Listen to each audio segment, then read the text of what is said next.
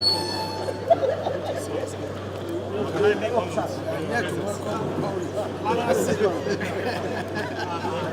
have in the House also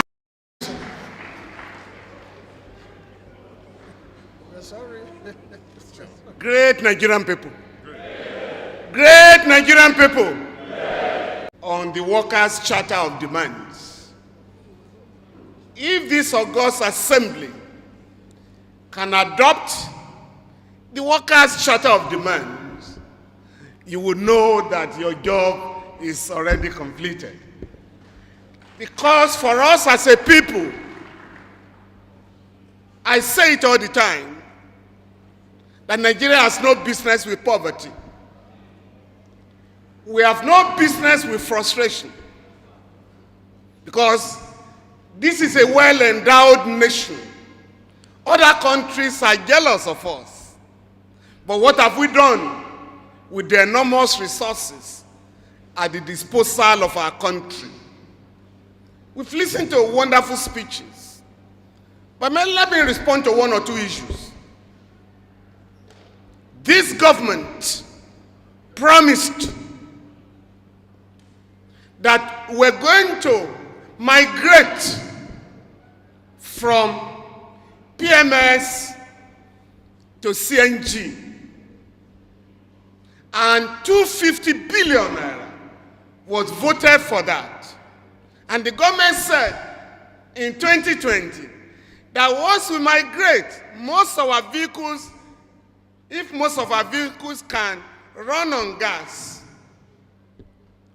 a liter of fuel will be 94 naira. Today, the government is thinking of increasing fuel price to 500 naira. Comrade President of NSC, and I want to say this here publicly, about 7 years ago, the government of Nigeria spent a colossal sum of 50 billion naira to acquire a software by Petroleum Equalization Fund to track and monitor all tankers that load fuel in any part of Nigeria. Today you are being told that Nigerians have to be punished because of the criminal activities of smugglers. I've never heard that anywhere before.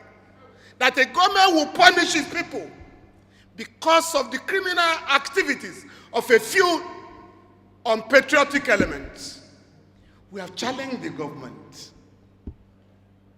And we are happy now the Comptroller General of Customs has come out publicly to say that it is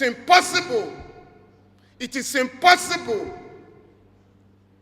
to smuggle daily about 38 million liters of fuel. Where would they pass?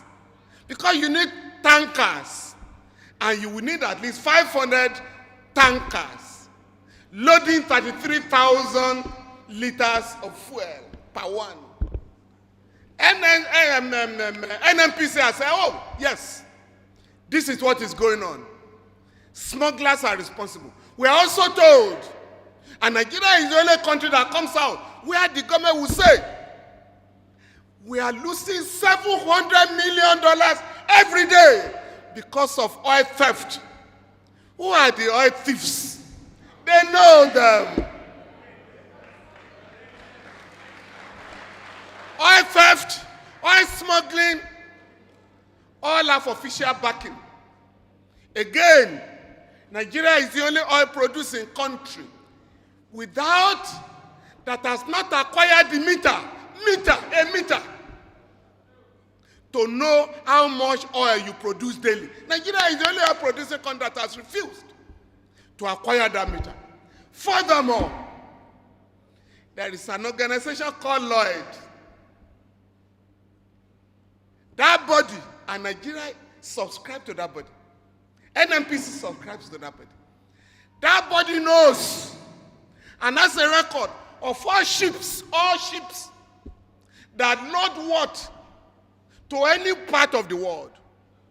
Nigeria has access to that body. Yet we are told we don't know who is stealing our oil and where the oil is being taken to. Now we did a study, January 2011 to December 2014. We discovered, and we made the information available to the government. Nothing has happened. One port, Philadelphia port in America. The oil that left Nigeria, discharged in that country, the difference between what was recorded here and what was recorded there was 62.5 million barrels of crude oil, valued at $12.7 billion. One port. So if you take 20 ports in America, 20 in China, United Kingdom, France, you know what we are talking about. So the government knows, and if they want information, we can make it available to the government. If they are actually looking for those who are stealing our oil and those who are smuggling our oil. Because this year, please, 2020 budget, 2022 budget, this government claimed that we are going to spend 443 billion naira on so-called fuel subsidy.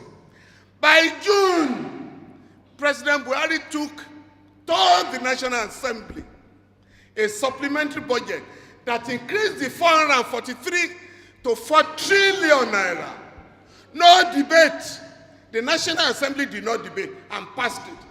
Now the Minister of Finance is saying, Mrs. Ahmed Zainab, that before the end of this year, that figure of 4 trillion will go to 6.5 trillion naira. And that therefore, in the budget of next year, there may be no money for capital project. Please, I challenge you.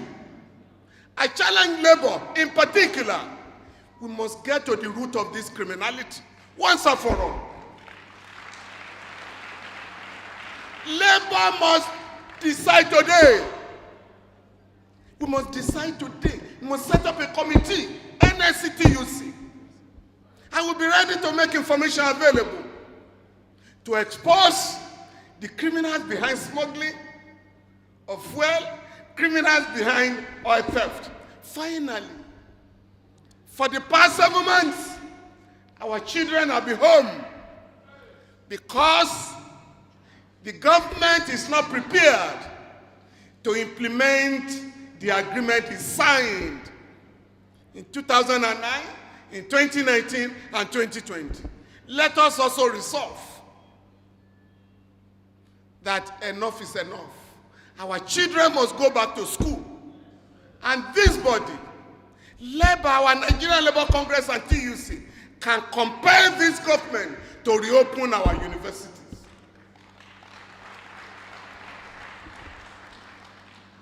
I was very reluctant to come here to speak because, as Fidel Castro once did, he went to America and they asked him to speak. He said, I don't want to offend a powerful enemy in his own territory.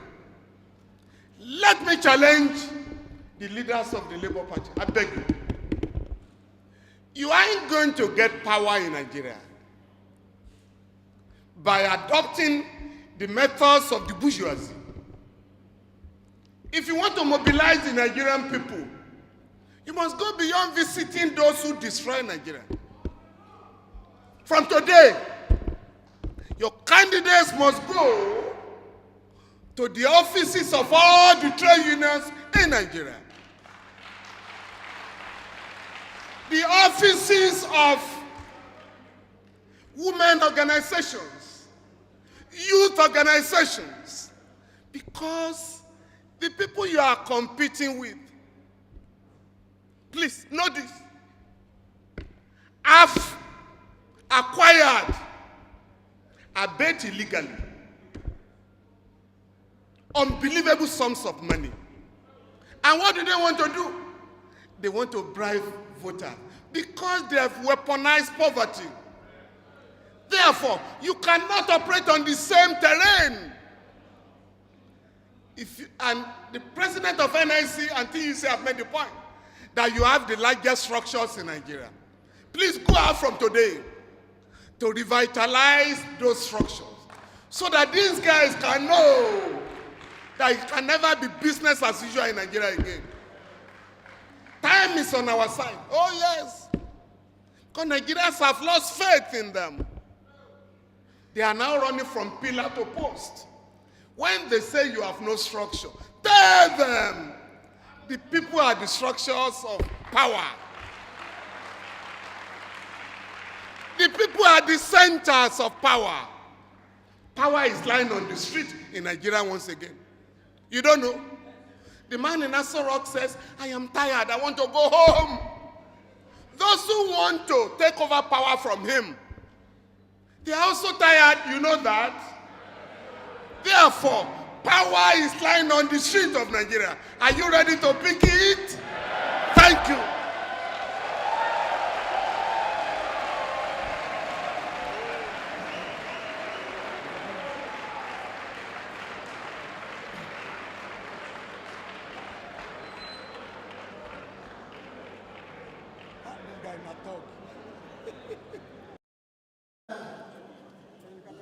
Taking that photograph, let's get set for the very next item, which is